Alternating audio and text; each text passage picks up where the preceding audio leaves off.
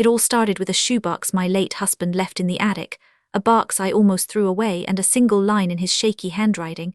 "If something happens to me, do not trust our daughter. She'll try to take everything." He was more right than I ever imagined. By the end, I would own a fully stocked hardware store that my daughter never knew I knew about, and I'd drive her flagship location into Chapter 11 bankruptcy. Here's exactly how it went down. My name is Caroline, and for 32 years I kept the books at a mid-size manufacturing plant in Ohio. Every paycheck I maxed out my 401k contributions because I grew up watching my mother count nickels for milk. When the plant shut down in 2019, I walked away with $210,000, a clean separation agreement, and a lockpicking kit my late father, a locksmith, had taught me to use when I was 12. That last detail, the lockpicking, would matter later. Right now you need to know about my daughter Melissa and her husband Aaron. 4 years ago, Melissa came to me with a dream. A small hardware store on the edge of town, Hamilton's Hardware, was struggling. The owner was retiring, the lease was cheap, and Melissa had 3 years of retail management at a big chain. She wanted to buy it and turn it into a community fixture. Aaron, her husband, was a smooth talker with a marketing degree and no calluses, but Melissa was my only child. I believed in her, so I cashed out my entire 401k, all $210,000, and invested it into the store in exchange for a 40% ownership stake. We drew up a proper stock certificate, signed, notarized, and filed with the Secretary of State. I was a minority owner, and Melissa and Aaron held the other 60%. For the first 2 years it was tight, but then a miracle happened. A big box competitor 2 miles away announced they were closing. Suddenly, Hamilton's Hardware was the only game in town for 25,000 households. Within 18 months, the store's annual revenue exploded to $1.2 million. I wasn't taking a salary, just a small draw, but my 40% stake was now worth something significant. And that's when my daughter changed. My husband, Tom, had been fading for years. Emphysema. He spent his last months in a recliner by the window, watching the birds and writing in a little spiral notebook I'd given him for grocery lists. 3 weeks after the store's valuation jumped, Tom died. It was a Tuesday, quiet as falling snow. I held his hand and told him I loved him. That night I couldn't sleep, so I went up into the attic to find his old army footlocker. The air was thick with the smell of old insulation and cedar, and dust motes danced in the beam of my flashlight. I wanted his discharge papers for the funeral. Instead, I found a shoebox tucked behind the insulation, covered in dust with my name on it in black marker. The letters were wobbly because Tom's hands shook by then. I pulled it out and wiped the lid with my sleeve. Something about the weight of it, the way the cardboard bowed slightly, told me it was meant for after. I didn't open it right away. I set it on the nightstand and went back downstairs to sit with Tom's body until the funeral home arrived at dawn. The next morning, Melissa and Aaron arrived before the funeral home had even removed Tom's body. They weren't there to mourn. Aaron was wearing a blazer and carrying a leather portfolio, and Melissa's eyes were dry. She kept checking her phone, her thumbs scrolling through messages with a brisk coldness. Within an hour, Aaron had spread papers across my kitchen table, the same table where Tom had buttered his toast every morning for 37 years. The word restructuring came up 12 times in the first conversation. They needed to streamline operations and protect the asset. They handed me a document titled Shareholder Resolution that, according to Aaron, just formalized my 5% stake and released them from any past financial obligations. 5%, not 40. I stared at the number, my fingers going cold. I asked to see the original stock certificate. Melissa slid a photocopy across the table. It looked like the one we'd signed, but the ownership percentage had been altered to 5%, a clumsy job. The text was slightly uneven, the font not quite matching, and the notary stamp was smudged. Aaron said the original was in the company safe and I could see it later, but right now I needed to sign so they could pay me a generous buyout of $12,000 for my retirement. He used that word like it was a gift. Melissa added, her voice soft and practiced, "Mom, this is just paperwork. We're trying to take care of you now that Dad's gone." I could feel the pressure squeezing my chest, but I didn't let it show. I said I needed time. I was a grieving widow, I told them, foggy and exhausted, my mind not right. I let my voice tremble and my hands shake. They exchanged a look, one I recognized from years of watching managers try to push through bad deals. Aaron suggested I move into their spare bedroom for a while so they could take care of me. I said I'd think about it. After they left to make funeral arrangements, making sure to take the resolution with them but leaving the photocopied 5% certificate on the table, I went back up to the attic and retrieved the shoebox. I opened it on my bed. Inside, I found a stack of bank statements, a small leather journal, and a single sheet of paper torn from Tom's spiral notebook. In his shaky handwriting it said, "Caroline, I've seen the paperwork. Melissa and Erin are planning to cut you out. Do not trust them, save yourself. The Maple Trust holds the key. P.S. Remember your father's tools." Beneath the note was a business card for a lawyer I'd never heard of, a man named Paul Hendricks in Cincinnati. I sat on the edge of the bed and read that note 4 times, the air still heavy with the smell of Tom's flannel shirt hanging in the closet. Tom had known. The quiet architect, my husband who rarely raised his voice, had watched our daughter's ambition curdle into greed, and he had left me a map. I folded the note into my pocket, put the shoebox in my old bowling bag, and decided I would not be a victim. Before I continue this story, let me know where you're watching from in the comments below. Hit like and subscribe if you believe that blood doesn't excuse betrayal, and that sometimes the best revenge is a properly structured, irrevocable trust. Now back to the manipulation. Over the next week, Melissa and Erin orchestrated my move into their home with a kind of predatory kindness that made my skin crawl. They packed up my kitchen, sold my furniture on Facebook Marketplace without asking, and installed me in a room that used to be Erin's home office, now stripped bare except for a bed, a lamp, and a single dresser. They said it was for my safety. I was a 63-year-old woman with mild arthritis, not an invalid, but I played the part. I shuffled, I squinted, I asked the same question 3 times. I wore an old cardigan with a tissue stuffed in the sleeve and let them believe the grief had hollowed me out so thoroughly that I couldn't balance a checkbook anymore. Every day, Erin would slide a fresh copy of that shareholder resolution onto the kitchen counter alongside a blue ballpoint pen. Every day I'd say I wasn't ready, that I needed to consult a lawyer because Tom had always told me never to sign anything without legal review. Erin would smile and say, "Caroline, that's just your grief talking. We've already had our lawyer look it over. It's completely standard." Melissa would pat my hand and whisper, "Mom, we're just trying to protect you from all the complicated business stuff." I'd nod and let my eyes go unfocused. One afternoon I deliberately let a cup of coffee slip from my fingers onto the floor, and while I apologized profusely and dabbed at the mess with a napkin, I watched their faces. Irritation flickered there and Erin muttered, "She's like a child," under his breath. I stored that away. I used my foggy widow act to decline signing anything, but I knew they were running out of patience. The tension in the house thickened. Erin started taking his phone calls in the garage, but the walls were thin, and I'd learned to pause by the laundry room door, which shared a vent with the garage. I heard fragments like, "She's stalling. We need that signature before the bank audits the second location. And if the Maple lease hits the books without her release, we're in breach of the trust terms." I started paying attention to the details of their spending. The house was a new construction on a cul-de-sac, a 5-bedroom colonial with a 3-car garage.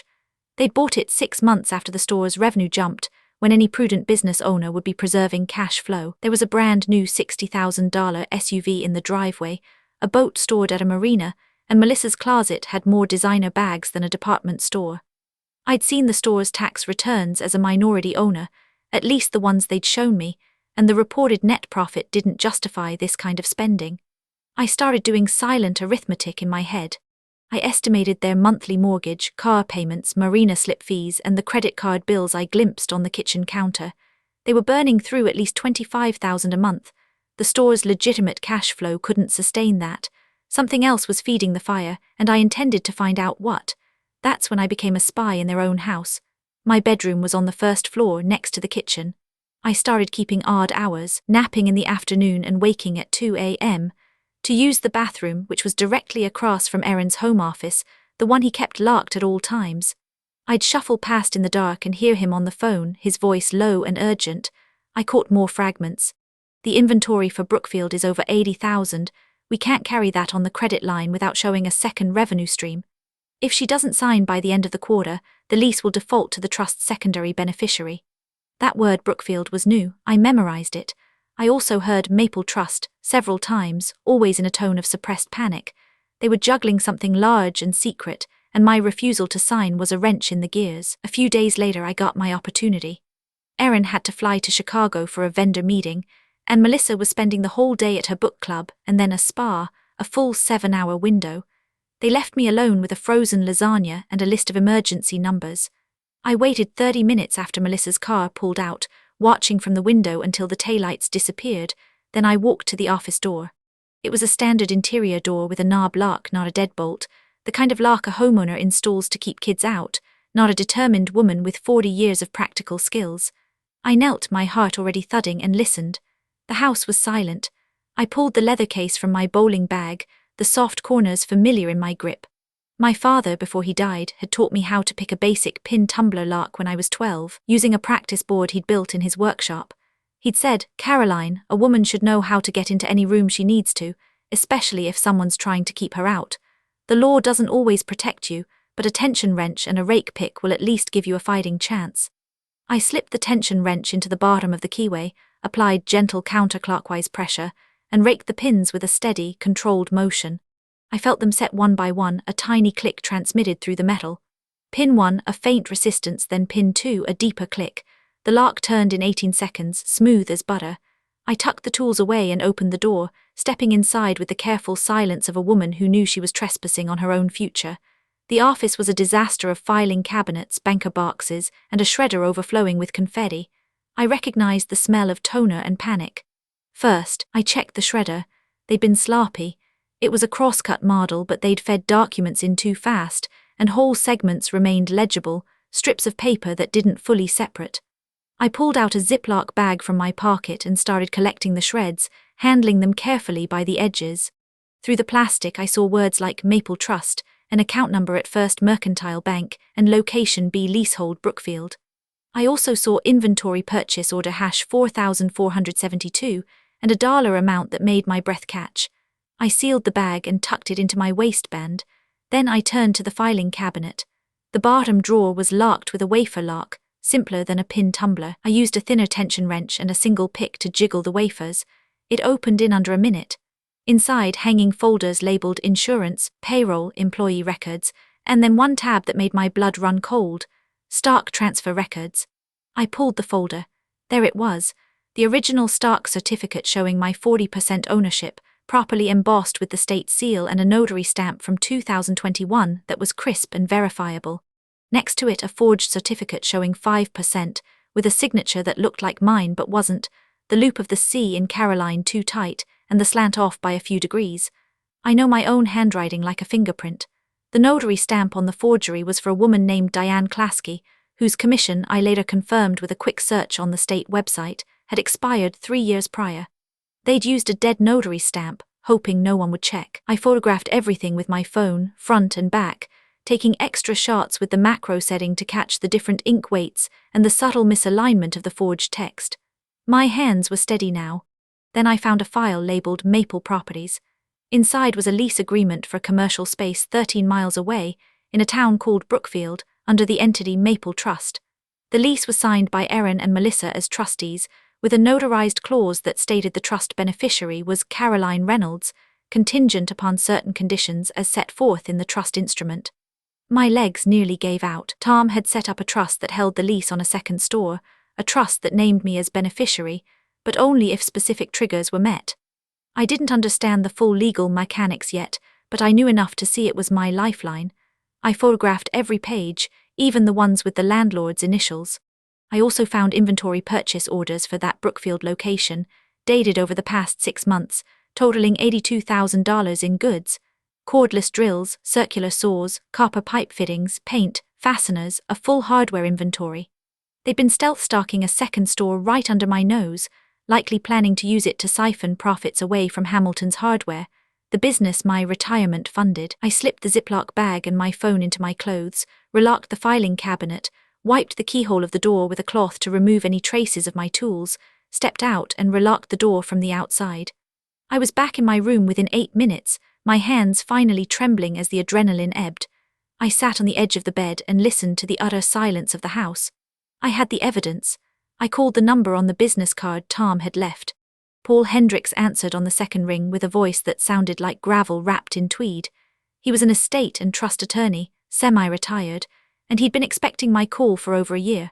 He told me that Tom had contacted him after he overheard a phone call between Melissa and Erin discussing how to dilute my shares using a bogus capital call.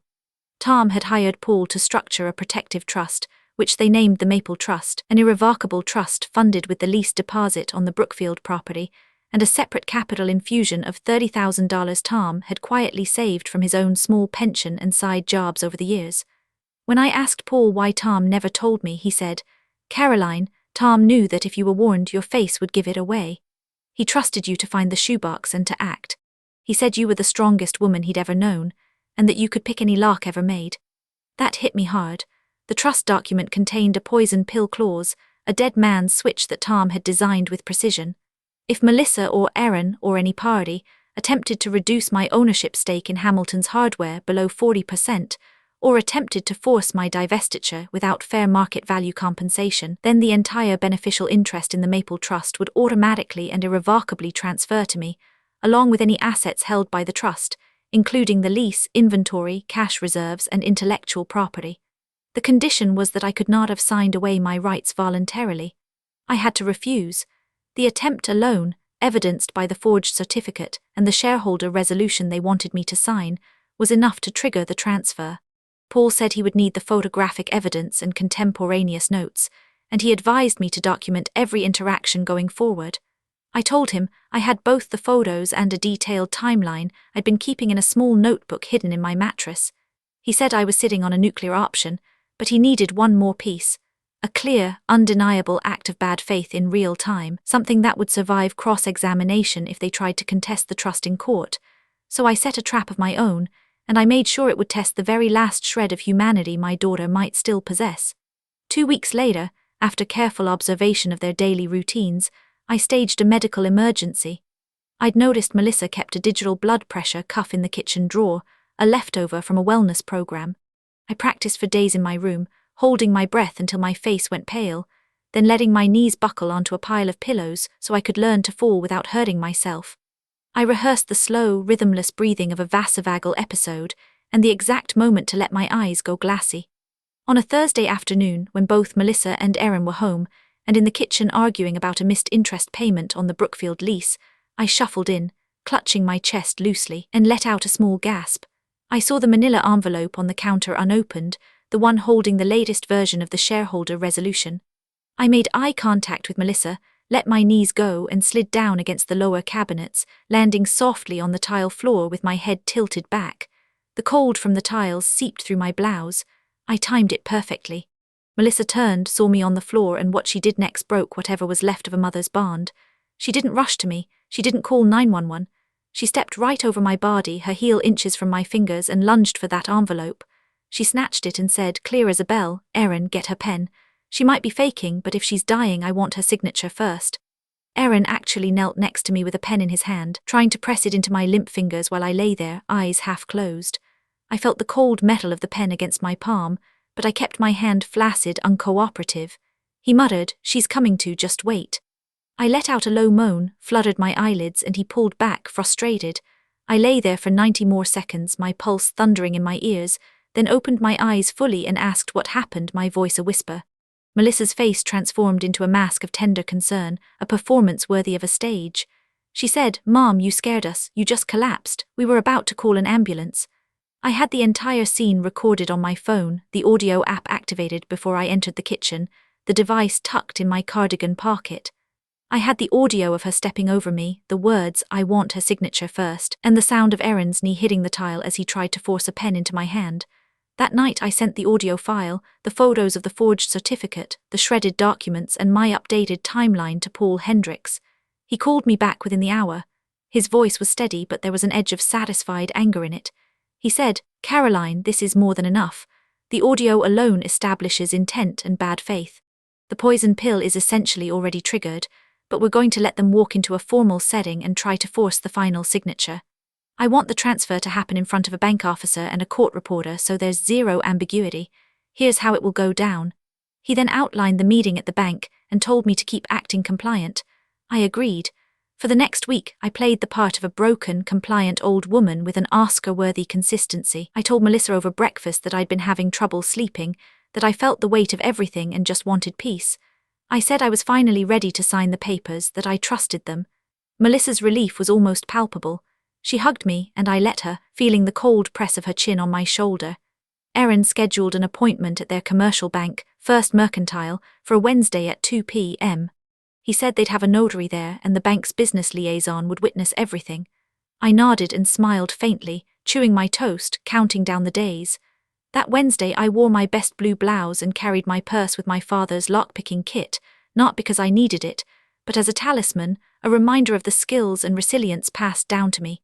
Paul Hendricks met me a block away from the bank. He'd brought a certified court reporter and a leather binder containing the original executed Maple Trust document, recorded with the county and bearing Tom's notarized signature. We walked in together, but I went ahead into the conference room alone, while Paul and the reporter waited in the lobby with a view through the glass walls. Melissa and Erin were already seated at a polished oak table, along with a bank officer named Mr. Halsey and a mobile notary they'd hired. The shareholder resolution was laid out, all the blanks filled in. I would acknowledge my 5% ownership, accept $12,000 as a buyout, irrevocably release any and all claims against Hamilton's Hardware and its owners, and indemnify them from past actions. The air conditioning hummed, and the fluorescent lights made everything look slightly sterile. Erin uncapped a pen and slid it toward me with a practiced smile. I looked at my daughter. She was wearing the pearl earrings I'd given her for her 16th birthday, the ones I'd saved 3 months of overtime to buy. I let the silence stretch, then I said very calmly, Melissa, I know about the forgery. I have photographs of the original stock certificate showing 40%, and the fake one with Diane Klasky's expired notary stamp. I know about the Maple Trust your father set up, and I know about the second store in Brookfield you've been secretly stocking with $82,000 in inventory purchased using credit lines tied to my investment. And I have the audio of you stepping over my body in the kitchen last week, telling Erin to get my pen because you wanted my signature before I died. I am not signing anything. Erin's face went from pale to crimson in 3 seconds. Melissa's mouth opened, closed, and then she let out a strangled laugh and said, Mom, you're confused. That's the dementia talking. The bank officer shifted in his chair, his pen hovering uncertainly over a notepad. Erin snatched the resolution off the table and started shouting about elder abuse and undue influence from outside parties. That's when Paul Hendricks opened the conference room door. He walked in with the court reporter, placed the trust document on the table, and addressed Mr. Halsey directly. He explained that by presenting this resolution, by their documented actions including the forged certificate and the recorded admission of bad faith, Erin and Melissa had triggered the irrevocable poison pill clause in the Maple Trust. The trust's assets, including the Brookfield leasehold and its entire inventory, now belonged to Caroline Reynolds, effective immediately. He asked the bank officer to verify the trust's registration, since the trust's commercial lease payments were processed through that very bank. Mr. Halsey opened his laptop, cross-referenced the trust account number, and his eyebrows climbed. He confirmed that the trust was valid and that the conditional beneficiary clause was explicit. He said reluctantly, according to our records, the trust assets would transfer upon a certified trigger event. With this documentation and a court reporter present, the transfer can be processed. Erin lunged forward, his hand reaching for the trust document, but Paul held up a palm and said, If you touch her or these papers, I will have you arrested for assault and attempted financial exploitation of a vulnerable adult. The police are aware of the situation. That was a partial bluff, but it landed. Erin froze, his fists clenched at his sides. Melissa started crying, real tears finally streaming down her cheeks, and she said, Mom, we were just trying to protect the business. That second location was supposed to be a surprise for you, a franchise. We were going to tell you after the restructuring. I laughed, a dry, bitter sound that felt like it scraped my throat raw. A surprise that required a forged stock certificate and stepping over my body to steal a signature. You are no daughter of mine. You are a predator who mistook my love for weakness. I walked out of that bank with the keys to a new life. The trust's assets were formally transferred to a new single-member LLC in my name within 48 hours, with Paul handling the filings with the Secretary of State and the county recorder.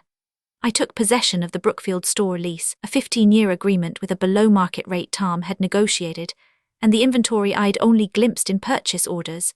$82,000 worth of brand-new, high-demand hardware stock, from cordless drills and impact drivers to half-inch copper fittings, gallons of premium paint, and rows of organized fasteners, all sitting on industrial shelving in a building that had never opened to the public. The previous tenant had been a small independent grocery, so the space already had a checkout counter, commercial lighting, a loading dock, and a walk-in cooler I could repurpose for temperature-sensitive adhesives. I spent 3 weeks doing a soft remodel with the help of 4 retired union tradesmen who'd known Tom from his large days, painting the walls a warm barn red, installing proper pegboard displays, and mounting a hand-painted sign that read Maple Hardware. On opening day, the first customer was a contractor who'd seen my Facebook ad. He bought 12 boxes of deck screws and said, "Lady, I've been waiting for a store that doesn't gouge me." That moment felt like my father's hand on my shoulder. Then I made a deliberate, calculated decision. I priced every single item 15% below Hamilton's Hardware. Not 10%, not 12%, but a clean, consistent 15% on every SKU from light bulbs to power saws. I could afford it because I carried zero debt on the inventory. The lease was paid through the next year by the trust's cash reserves, and my overhead was minimal. I had no loan payments, no bloated marketing budget, and no need to pad margins to fund a luxury lifestyle. I ran targeted ads in the Brookfield community paper and on local Facebook groups, simple side-by-side price comparisons with the tagline, "Same products, better prices, no drama." Within 2 weeks, I was seeing customers who drove 13 miles from the flagship's neighborhood, holding crumpled receipts from my store in their fists, buying bulk orders of deck screws and paint rollers with a look of grim satisfaction. Contractors, the backbone of any hardware business, started opening house accounts with me because my consistent 15% discount on bulk orders saved them hundreds per job. Word spread fast, and my daily register totals climbed with a steady, satisfying rhythm. Melissa and Erin panicked. They tried to match my prices temporarily, slashing margins on key items, but their debt load was catastrophic. They'd leveraged the flagship store's receivables to fund both their personal spending and the secret inventory buildup, taking out a high-interest merchant cash advance that was devouring their cash flow. Every price cut accelerated the bleed. They started missing vendor payments, and their shelves became patchy, with empty hooks where popular items used to hang. I know because I had a former employee of theirs, a good man named Dale whom they'd stiffed on a commission check, keeping me informed. He told me that Erin was trying to renegotiate the lease on the flagship, begging the landlord for a deferment, and that Melissa had sold her SUV privately just to cover payroll. The flagship store, which had once generated $1.2 million in annual revenue, was hemorrhaging customers who found better value and a more honest face at Maple Hardware. 6 months after I opened, a creditor filed an involuntary Chapter 11 petition against Hamilton's Hardware, listing unpaid inventory invoices and the defaulted merchant cash advance. The bankruptcy filing, which became public record, listed assets of just under $400,000 and liabilities exceeding $900,000, including the personal guarantees Melissa and Erin had signed on the Brookfield lease, which they had never been able to activate before I took it. The house went into pre-foreclosure. The boat was repossessed. Erin was named in a fraudulent conveyance lawsuit by one of the vendors, alleging he had transferred assets to a shell company to hide them, which only added to the legal mess. The forged stock certificate and the audio recording became part of a criminal investigation by the county prosecutor's office into elder financial abuse and forgery. Paul Hendricks forwarded everything to the detective assigned, and I gave a single, calm statement. I didn't ask for them to go to prison, but I didn't shield them either. I received a quiet, earned restitution that felt more like a restoration of balance than a victory lap. The bankruptcy court allowed me, as an unsecured creditor, to purchase the flagship store's remaining inventory at auction for 11 cents on the dollar. I absorbed the useful stock into Maple Hardware, greeting the delivery of boxes with a bittersweet sense of closure, and liquidated the rest, putting the proceeds into a scholarship fund for aspiring tradeswomen in Tom's name.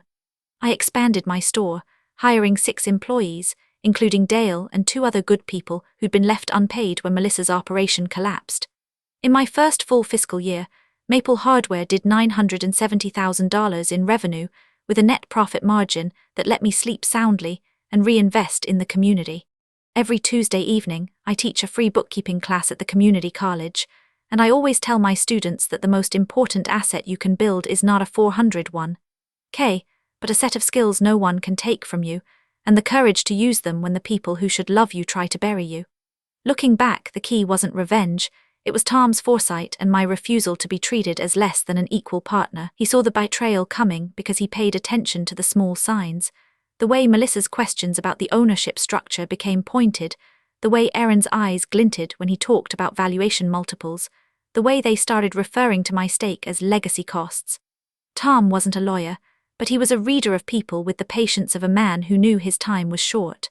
He built a legal fortress around me without saying a word, trusting that I'd find the shoebox and the note. And I did.